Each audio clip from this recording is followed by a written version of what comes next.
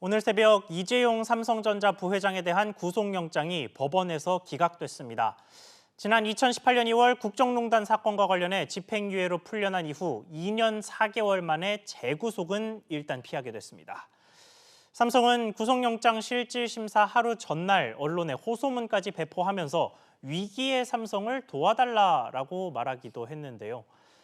대규모 투자를 진행하고 있지만 코로나19의 대내외 악재로 삼성의 앞날도 장담할 수 없는 상황입니다. 오늘 이슈 분석에서는 삼성을 둘러싼 법적인 상황보다는 사법 상황과 관련한 경제적인 문제들, 그리고 역시 경제와 관련된 삼성의 전망까지 전문가와 함께 짚어보겠습니다. 서지용 상명대학교 경영학부 교수 나왔습니다. 교수님 안녕하십니까? 안녕하세요. 네, 먼저 삼성의 혐의 자체가 좀 이 경제적인 문제랑 많이 맞닿아 있다 보니까 그 질문부터 좀 드리겠습니다. 자본시장법상 부정거래 시세조종 외부감사법 위반 혐의, 이게 이제 죄목인데 삼성물산과 제일모직 간에 2015년 합병이 있었을 때 이 합병 비율을 이재용 부회장에게 부당하게 유리하게 책정했다라는 게 핵심이라고 알고 있거든요. 그래서 그걸 맞추기 위해서 그 이전에 시장도 임의대로 조작했다라는 의혹도 있던데 이 부분에 대해서 좀 설명을 부탁드립니다.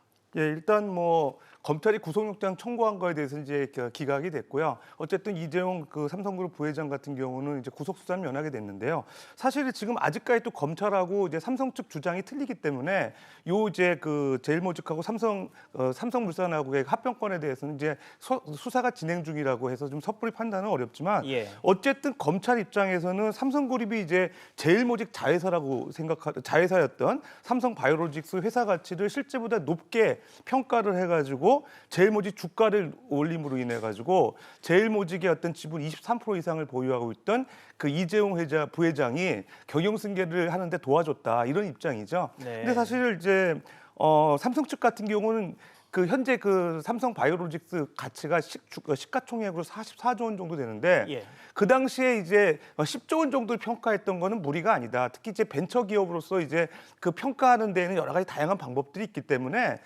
이제 분식이 아니다 이런 입장이거든요. 그러니까 정리하자면 법적인 한도 내에서 최대치로 평가한 거지 한도를 넘어선 건 아니다. 이런 식의 주장이라는 거죠. 양쪽의 이제 입장이 엇갈리고는 있긴 한데 사실 그럼에도 불구하고 몇 가지 의문다는 사항이 있습니다. 예를 들어서 그 당시에 이제 국민연금이 삼성물산하고 제일모직 합병하기 전에 삼성물산의 지분을 상당 부분 보유하고 있었어요. 근데 만약에 삼성물산이 제일모직하고 합병 비율 1대 0.35로 이제 합병이 이루어지면 삼성물산을 많이 지분을 갖고 있는 국민연금 입장에서는 사실 손해거든요. 그러니까 사실 어떻게 보면은 이제 합병이 무산됐을 경우에 더 유리하다는 거예요. 그래야지 나중에 이제 지분 매입 경쟁을 통해서 삼성물산 주가가 올라갔을 때 국민연금의 어떤 이익을 볼 수 있는 상황이었는데 이상하게도 국민연금 같은 경우는 합병에 찬성을 했거든요. 근데 그 건이 여러 가지 이제 양쪽에 논란이 있음에도 불구하고 상당히 의문이 나는 상황입니다. 그러니까 합병을 위해서 손해를 감수했다라고도 볼 수 있는 건데요. 국민연금이 분명히 손해나는 부분인데 왜 합병에 동의했을까? 이게 제가 가장 궁금한 사항이고 사실 그 당시에 이제 최순실 국정농단 사건으로 인해 가지고 국민연금 전 이사장 문영표 이사장 같은 경우도 이제 구속이 되고 그 건에 대해서는 유죄 판결이 났다는 측면에서 보면 제일모직과 삼성물산의 합병권이 삼성 이재용 부회장의 승계와 관련이 있다는 건 어느 정도 사실인 것 같습니다. 그렇군요. 자, 그리고 이재용 부회장의 구속영장 심사를 앞두고 삼성 관련 주가가 어떻게 움직였는지도 좀 궁금한데요. 일단 오너리스크가 발생하면 주가가 안 좋은 쪽으로 영향을 받는 건 분명하긴 합니다만 이 부회장 사건 같은 경우는 앞서 얘기했던 것처럼 2018년에 이미 유죄 판결, 집행유예 판결을 받았을 정도로 오래된 사건이다 보니까 이제 와서 주가가 추가적으로 영향을 받을까 싶기도 하고요. 어땠습니까, 실제로? 결론적으로 보면 주가가 이제 큰 영향을 받지 않을 거라고 보는 분들이 많고요. 실제로 2017년 2월 17일 날 이제 이재용 부회장이 이제 구속이 됐었죠. 그 당시에 이제 주가가 소폭 하락했다가 2월 20일부터는 주가가 이제 반등해서 상승하는 쪽으로 이제 나타났어요.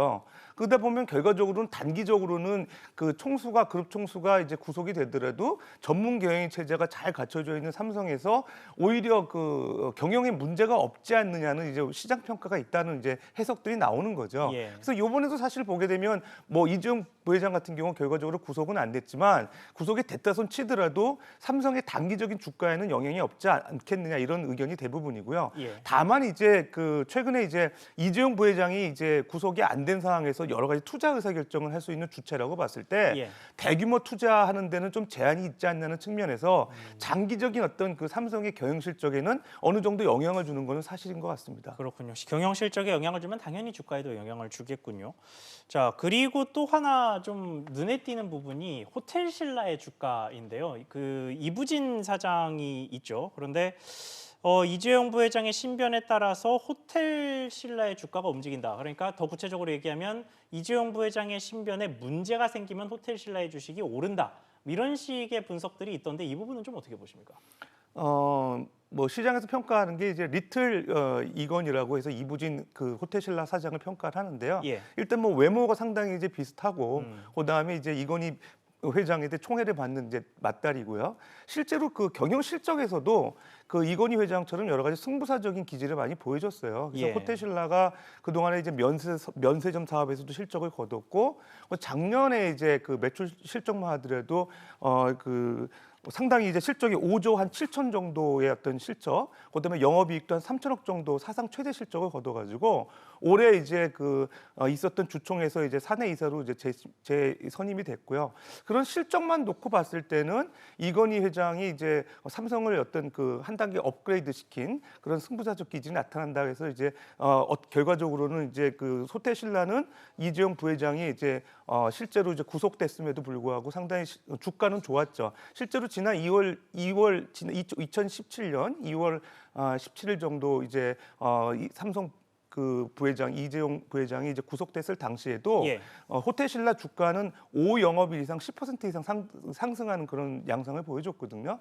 시장에서는 이제 상대적으로 이제 삼성의 어떤 그 경영상의 문제가 있음에도 불구하고 그 결과적으로는 그 경영자의 어떤 능력을 보고서 그 회사의 기업 가치가 평가되는 측면에서 보면 호텔신라는 좀 예외적이지 않냐 생각해서 이재용 부회장이 오히려 경영 관점에서는 좀 능력을 보여주지 못하고 있는 게 아니냐 이런 우회적인 하나의 비판의 목소리라고도 볼 수 있을 것 같습니다. 그렇군요. 자, 그러면 이제 삼성을 둘러싼 경제 상황에 대해서 본격적으로 좀 짚어보겠습니다. 이게 뭐 다들 아는 코로나19발 경제 충격 때문에 1분기 기업들의 실적이 상당히 안 좋았죠. 그리고 2분기도 아마 비슷하게 안 좋거나 혹은 더 나빠질 것이다라는 식의 전망이 아주 우세한 상황인데요.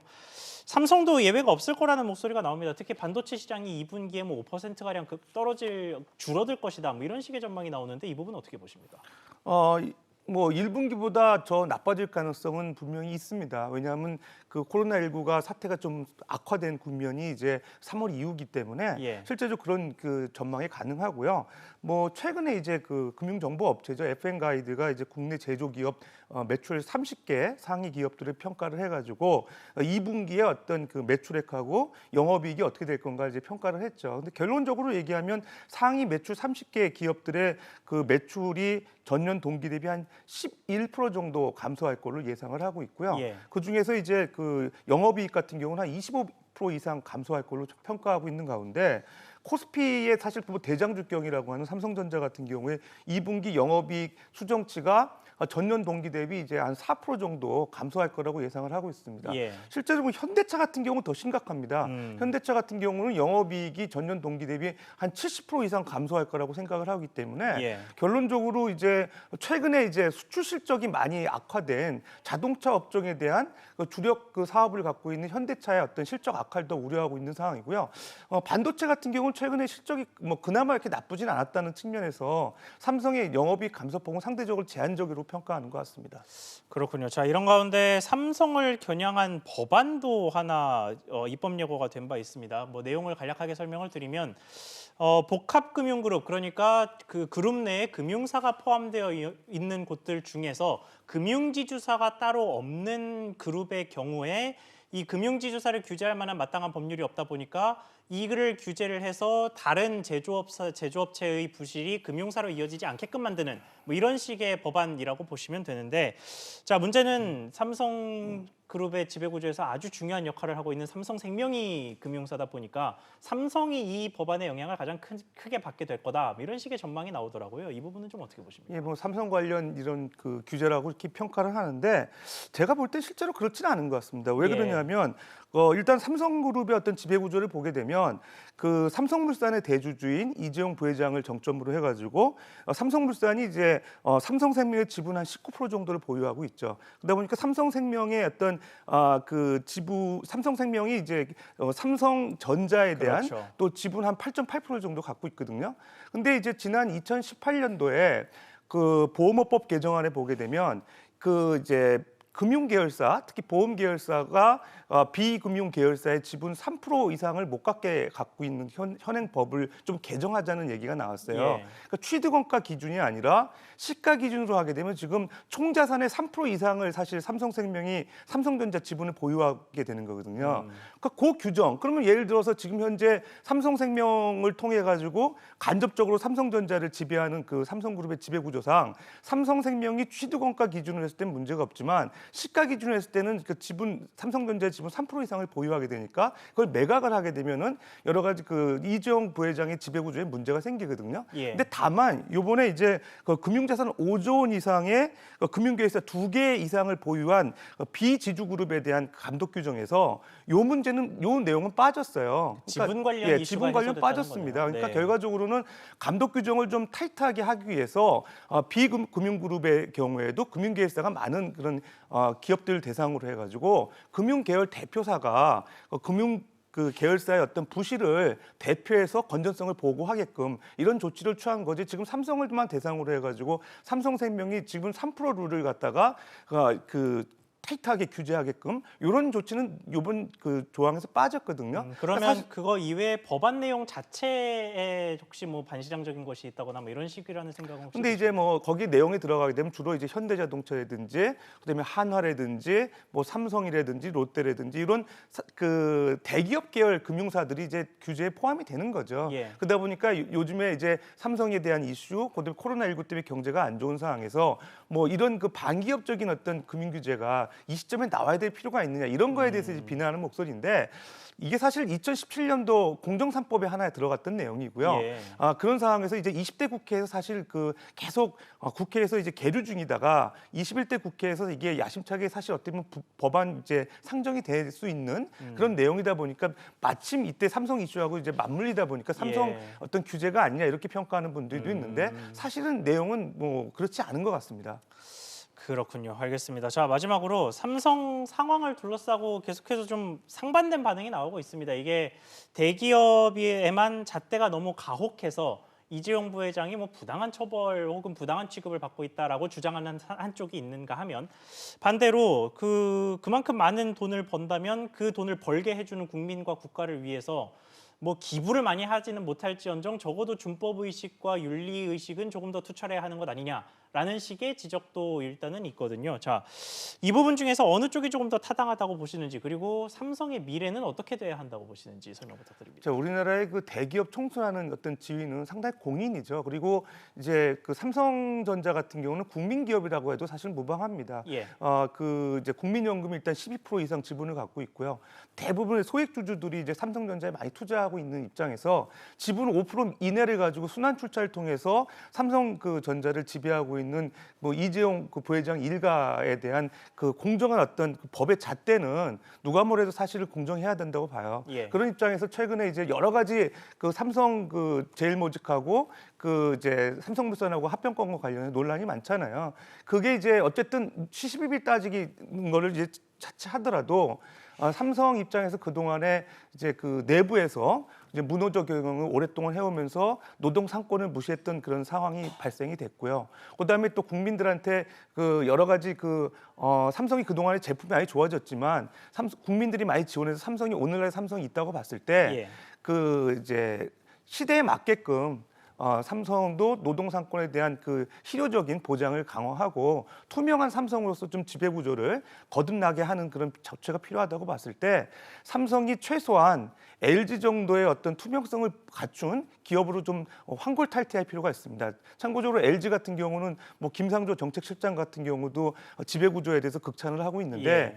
뭐 어쨌든 그 주식회사 그 LG라는 그 지주회사를 중심으로 해가지고 상당히 그 자회사나 손자회사가 이제 심플하게 사실 지배구조가 구성이 돼 있고 예. 구시 일가가 사실은 주 LG의 50% 이상을 보유하면서 지배구조상에서 이제 하자가 없고 LG에서 비판하는 목소리는 없거든요. 사실 그러한 어떤 LG의 어떤 투명한 경영을 사실 좀 벤치마킹 해가지고 삼성도 실적에서는 앞설지 모르지만은 지배구조에서 상당히 비판에 맞는다는 거를 겸허하게 받아들일 필요는 있다고 생각이 됩니다.